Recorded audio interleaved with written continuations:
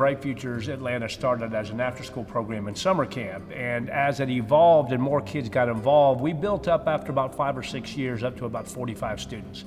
We had our first real true graduating high school class, and in a neighborhood like ours, the graduation rate hovers around 50%. So we had 6 seniors and all 6 graduated high school. We were very proud of that, but then on top of that, we got all 6 into college. We were 6 out of 6, which was pretty astounding for us. We sent those 6 kids to college. My wife and I transported most of them ourselves. And then we found out right away they were not ready. They had not been prepared. In our local public school systems, they had not been prepared for college.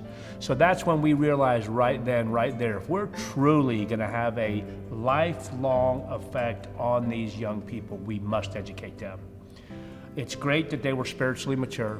It's great that they had great work ethic, but when I've got kids graduating from high school, reading on a 7th grade level, unfortunately, they're not gonna be able to go too far.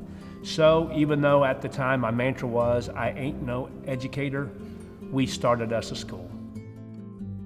A lot of people think that there's an educational divide with young people in this area, but there's no educational divide. It's an opportunity divide where they don't have the opportunity to get the enrichment, like to go on the field trips and things that they would need to go on, to be able to connect what they're learning from the textbooks with what's going on in life outside of their neighborhoods. And I love how they try to help everybody. Instead of like at big schools, like with class filled with 30 kids, you have to wait and like stuff. But they help everybody the same, and they try to make us have a better future in life. The smaller setting here is much, much better. I'm able to do one-on-one sort of discipleship with our students, and so that makes a really, really big difference versus being in other settings.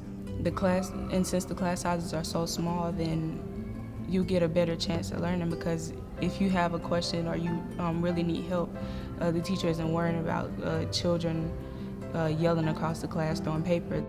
See, I kind of like that it's a little bit smaller because they can, help you with stuff that you may need help with individually more than what a public school can do.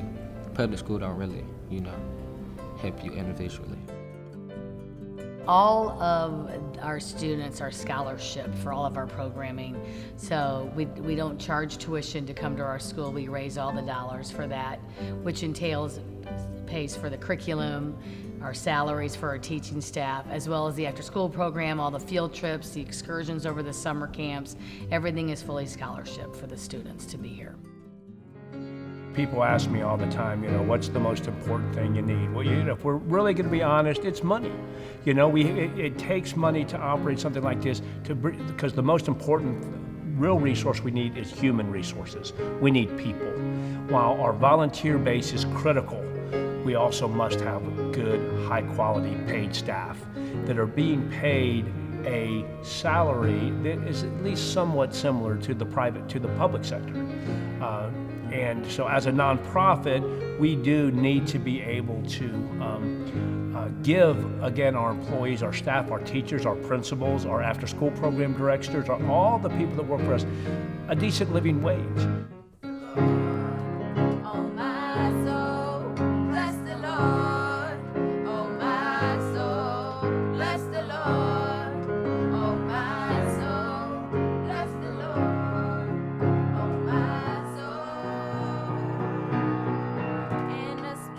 These young people are our future, and once we get these young people to where they need to go, once they have the opportunities that they need, they will be our great doctors, they will be our great IT techs, they will be everything and everyone that we need them to be in our communities.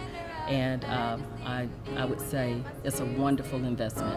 You can't go wrong.